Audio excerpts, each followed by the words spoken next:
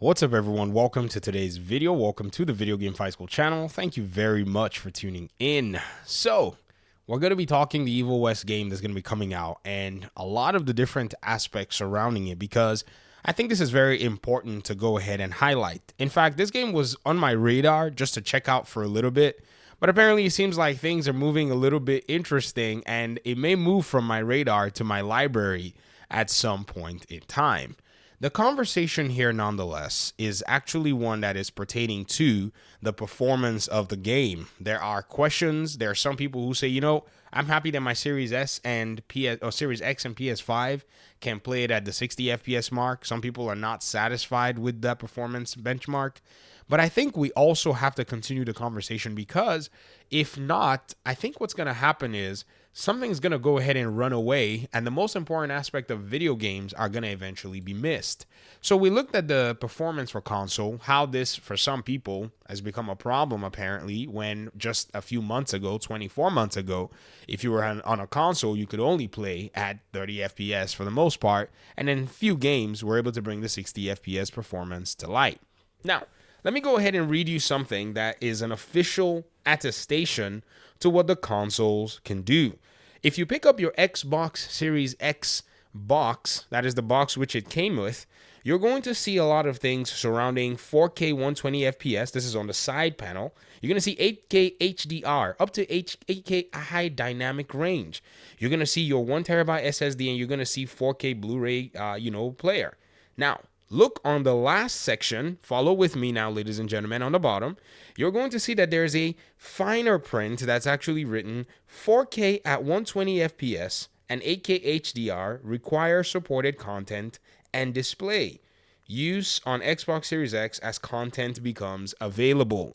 There is nowhere that Microsoft, at least for now, made it a standard that you're going to be getting 60 FPS on all your games. So developers are going to continue to make video games that can actually run, rather than worry about video games that will run at your desired frame rate, because your desired frame rate and your desired performance already exists. It's on a PC. So we're going to go ahead and look at the nature of this game. Is it a game that interests people?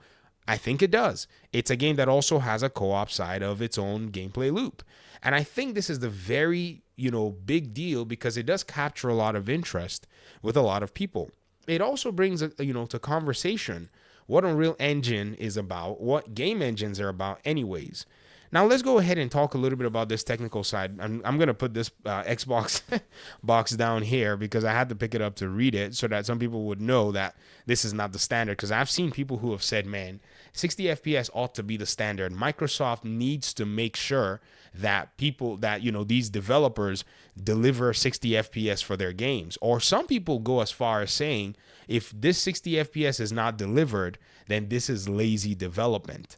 And to me, I cannot stand that notion, because, as I've said before, given the same circumstances for a lot of the people who make these claims, I don't think they're going to be able to do better, because the evidence does not show that a lot of the folk who talk a lot about this whole development or developer stuff can actually do much. Why? There are three major engines that are available widely on the market. These engines have churned out some of the better games that are in the market today.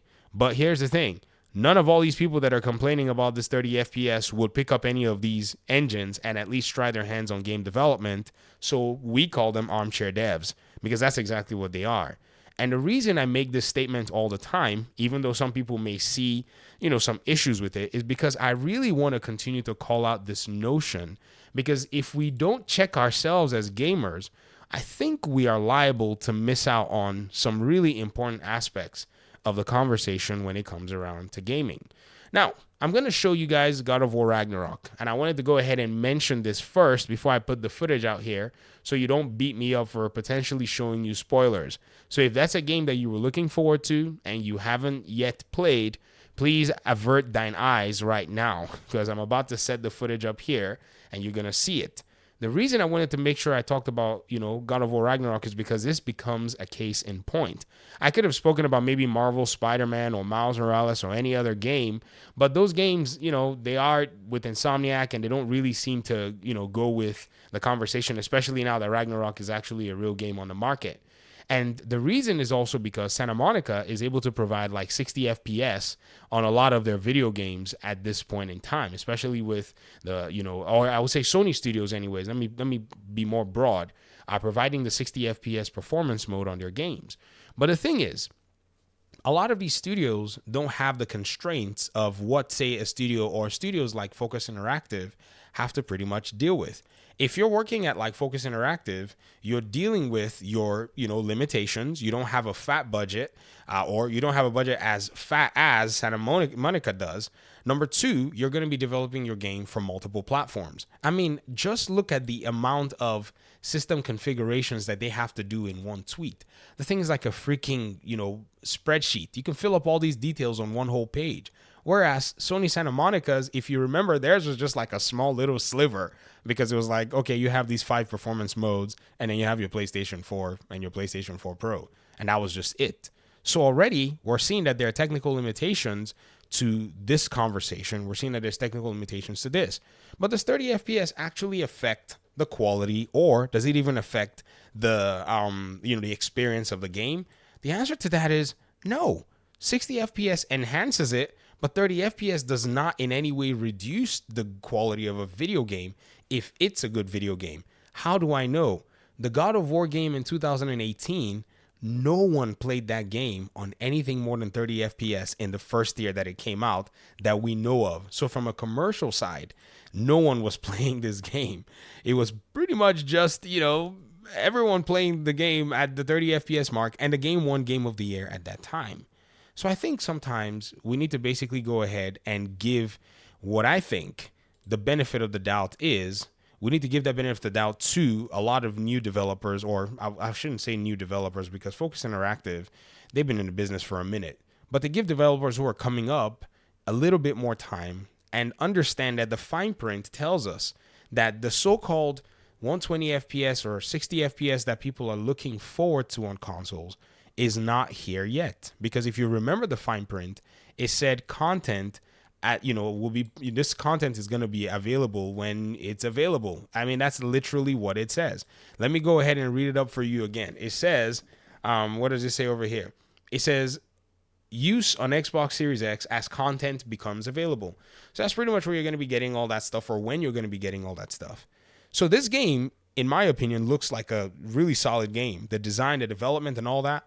And I think a lot of people that are going to enjoy the game are going to enjoy the game. It looks fun. It looks like God of War with guns. That's pretty much one of the comparisons that we've seen. This is also another reason that God of War came to mind with the conversation.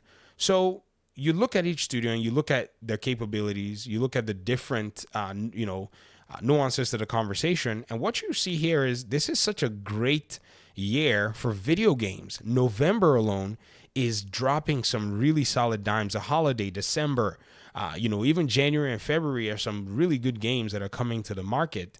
And I think for many gamers, they're going to let the, good, or they're going to let the perfect become the enemy of the good. Sure, it's nice to be able to play video games in better fidelity, better quality, and so on and so forth. But then at the same time, there's nothing wrong, with also playing the game at the quality that the developers know is going to be the best experience. That's another thing people aren't considering. Would you rather that they unlock the game to 60 FPS and then you're getting frame drops?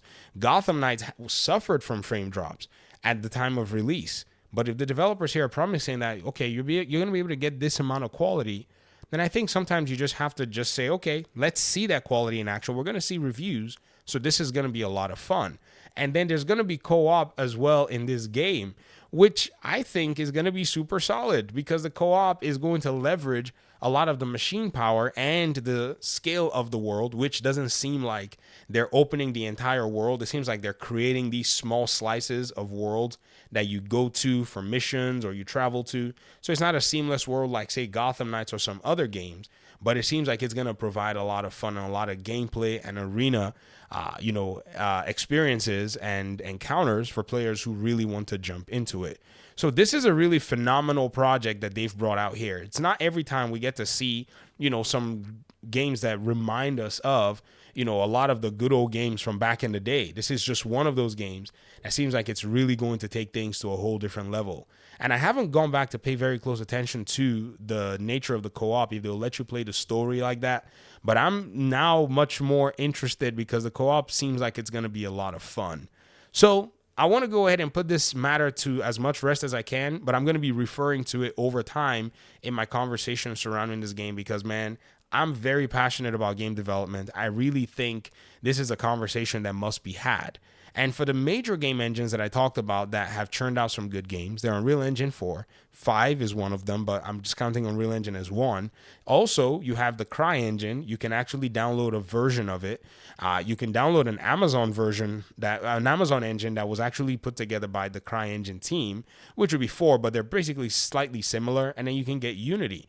These are just 3 major engines that you can get your hands on. If you want, you can get other engines. But it's also something that I strongly believe that as anyone who wants to, criticize developers or talk smack, you are in a position now where you must at least show off by showing some of your knowledge of game development. Let's see what you actually got. But for now, I'm going to play what these developers have on the table, and hopefully somebody can actually come in here and squeeze out 60 FPS for all their games on the Xbox that are not FPSs, first-person shooters, and so on and so forth. All right. I'll get out of y'all's hair. Thanks so much for watching the video. I appreciate you guys' time and audience, and hopefully we'll talk pretty soon. Peace out.